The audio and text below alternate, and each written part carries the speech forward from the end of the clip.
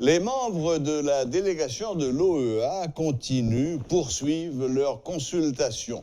Ce jeudi, ils ont rencontré le chef de l'État pour la deuxième fois. Ils ont également rencontré le coordonnateur général du parti UNIR, M. Clarence Renoy. Clarence Renoy qui est avec nous ce soir en visioconférence à Metro News. Bonsoir Clarence Renoy. Bonsoir Serge Klein, heureux d'être avec vous.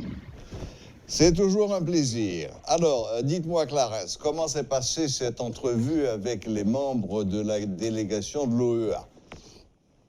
Bon, c'est un entretien très cordial qui s'est déroulé au bureau de l'Organisation des États américains à Port-au-Prince, je dirais même pour être précis à Pétionville.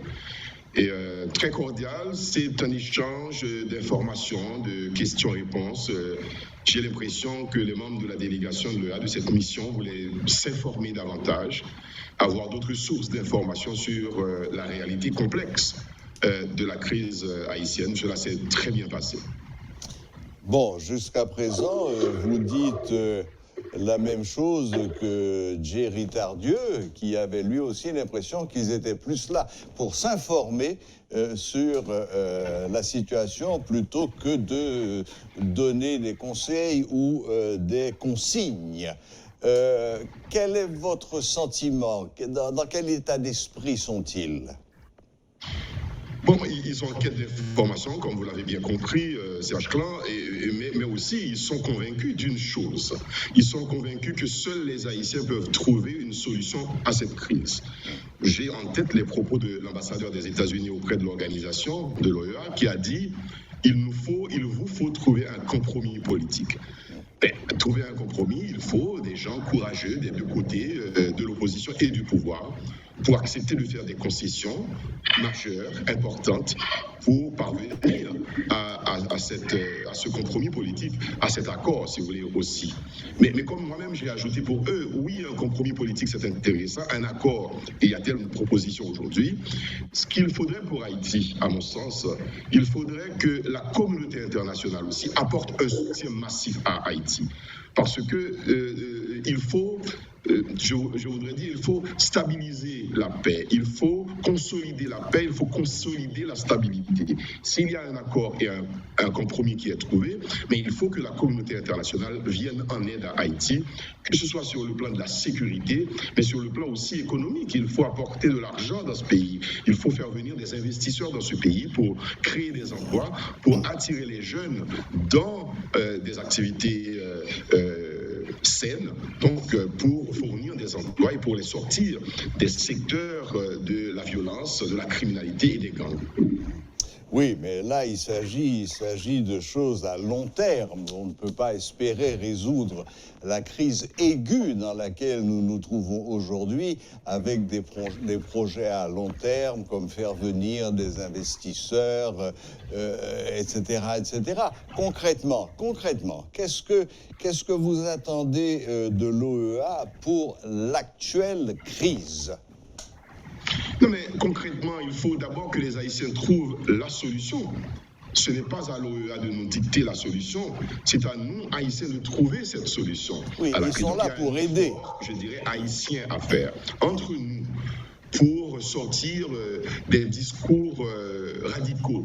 Je m'interroge justement sur ces discours radicaux, ces pensées radicales, ces positions radicales que je vois, et comme quoi on s'amuse à tirer sur la corde d'Haïti jusqu'à la rompre. Non, il nous faut revenir à la raison, que ce soit du côté du pouvoir ou de l'opposition, pour offrir une chance à ce pays. Et je crois que concomitamment à cet accord qui doit être trouvé, il est indispensable de trouver cet accord. Je ne suis pas trop optimiste, je ne veux pas être pessimiste non plus, je suis dans la raison de l'optimisme. Mais je veux dire, concomitamment à cela, il faudrait pour consolider la paix et la stabilité en Haïti, qu'il y ait de l'investissement et qu'il y ait aussi un effort pour désarmer véritablement les groupes qui sont aux portes du Palais national, qui sont dans la capitale. Ceci ne peut pas durer, on ne peut pas le tolérer, mais il faut aussi des actions fortes pour régler ces problèmes. Oui, le directeur général de la police vient de faire savoir aujourd'hui même qu'il y avait 22 gangs armés qui opéraient dans la région métropolitaine de Port-au-Prince seulement. 22. Voilà, et si on doit parler des élections, Serge, qui est une question qui a été soulevée aussi par les membres de la mission de l'Organisation des États américains, comment organiser les élections dans une telle atmosphère? On doit pouvoir assainir cette atmosphère, permettre aux électeurs de pouvoir rentrer chez eux, par exemple ceux qui ont abandonné leur modeste demeure dans la 3e circonscription de Port-au-Prince à Martissant, Fontamara, et qui se trouvent aujourd'hui déplacés, les déplacés internes. Comment pouvez-vous organiser des élections sans qu'il y ait une campagne véritable, une campagne électorale où les candidats aussi peuvent se déplacer? Comment garantir la crédibilité de ces élections aussi s'il n'y a pas un assainissement rapide de la situation sécuritaire dans le pays pour garantir la fiabilité, la crédibilité des élections et pour garantir la légitimité aussi des élus? Donc il y a du boulot à faire. D'un côté, il y a les Haïtiens qui doivent se résoudre à se rencontrer, à se parler, à trouver cet accord. Et moi, je les exhorte à le faire. Je nous exhorte à le faire. Et ensuite, je crois qu'il est indispensable, et ça, c'est le point que UNIR a fait là-dedans, que la communauté internationale soutienne Haïti. Clarence Renoir, parlons un peu des élections. Apparemment, le référendum constitutionnel est enterré une fois pour toutes, surtout après la déclaration de M. Anthony Blinken aujourd'hui au Congrès américain qui disait clairement que Washington était opposé, qu'il s'opposait à la tenue du référendum. Par contre, il semble tenir toujours aux élections. Vous semblez dire qu'un prérequis pour que les élections puissent avoir lieu, c'est d'abord de mettre fin à l'insécurité. Est-ce que je vous ai bien compris? Oui, l'insécurité est un élément, est un irritant, comme on dit dans notre langage politique aujourd'hui. C'est le nouveau lexique, je dirais, politique haïtien. C'est un irritant, et c'est vrai. Parce que comment peut-on penser à organiser des élections sans assainir le climat, l'environnement dans lequel ces élections vont se tenir?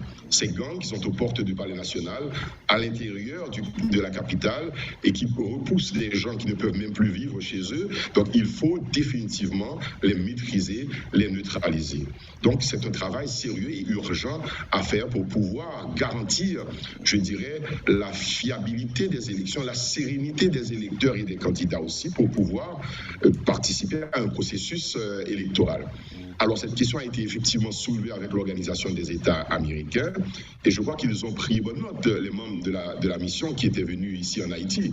Et aujourd'hui, si on doit se concentrer et penser à organiser des élections pour qu'il y ait des élus légitimes qui prennent la direction du pays, il faut aussi un préalable, il faut un accord politique entre les acteurs haïtiens pour pouvoir garantir un certain nombre de choses qui permettront d'organiser ces élections.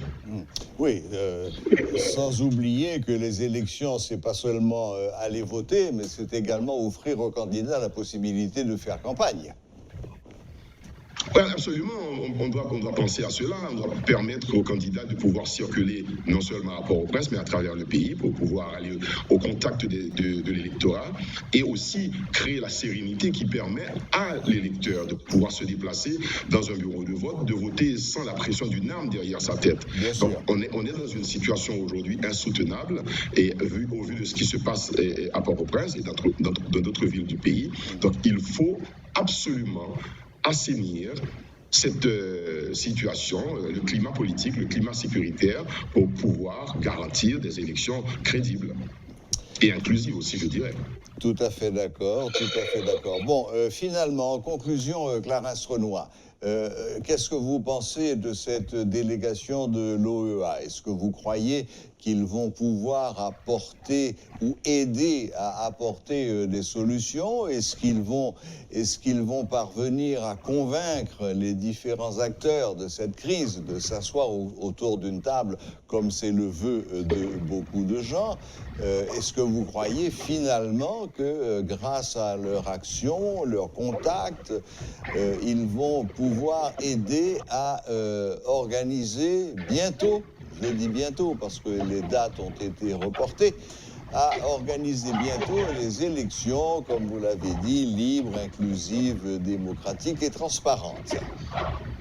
Alors, il faut dire d'abord que les membres de la mission ont cherché à convaincre les Haïtiens de la nécessité pour eux, pour nous, de trouver une solution à la crise. La crise est haïtienne, le pays s'appelle Haïti, nous sommes des Haïtiens, nous devons pouvoir trouver une solution entre nous. C'est difficile, c'est vrai, parce que les positions sont tendues, les positions sont très radicales, les discours sont sévères, les uns vis-à-vis des autres, mais il nous faut trouver ce compromis. Bon, c'est peut-être possible de trouver ce compromis, mais je crois que leur visite, leur séjour en Haïti leur aura permis de faire au moins un inventaire de la réalité et aussi de leur rapporter de ce qu'ils vont avoir à la mission, au conseil permanent de la mission et aussi aux pays membres de l'Organisation des États américains. Donc c'est ces pays-là, membres de l'organisation, qui devront eux-mêmes prendre une décision vis-à-vis du cas Haïti. Aujourd'hui, nous sommes bien un cas entre guillemets parce qu'il y a l'instabilité, il y a la violence, il y a la misère.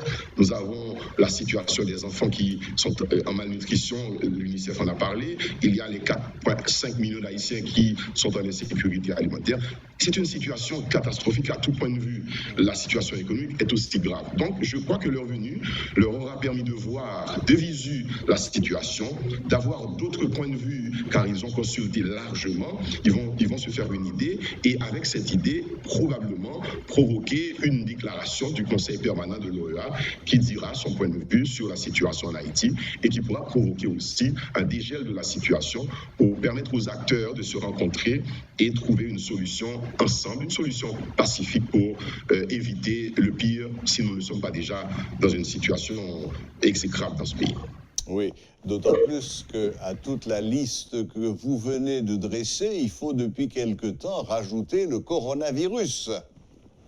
Voilà, j'ai oublié de le mentionner, qui est un problème très sérieux aujourd'hui. Je crois que les Haïtiens commencent à comprendre parce qu'il y a beaucoup de victimes dans le pays. Donc nous avons besoin de cette sérénité pour régler ces problèmes. Pour résoudre les problèmes sanitaires, pour résoudre les problèmes économiques, il faut passer par la résolution du problème politique. Alors, laissez-moi ajouter ceci pour vous, comme c'est vrai que ça peut paraître une idée un petit peu...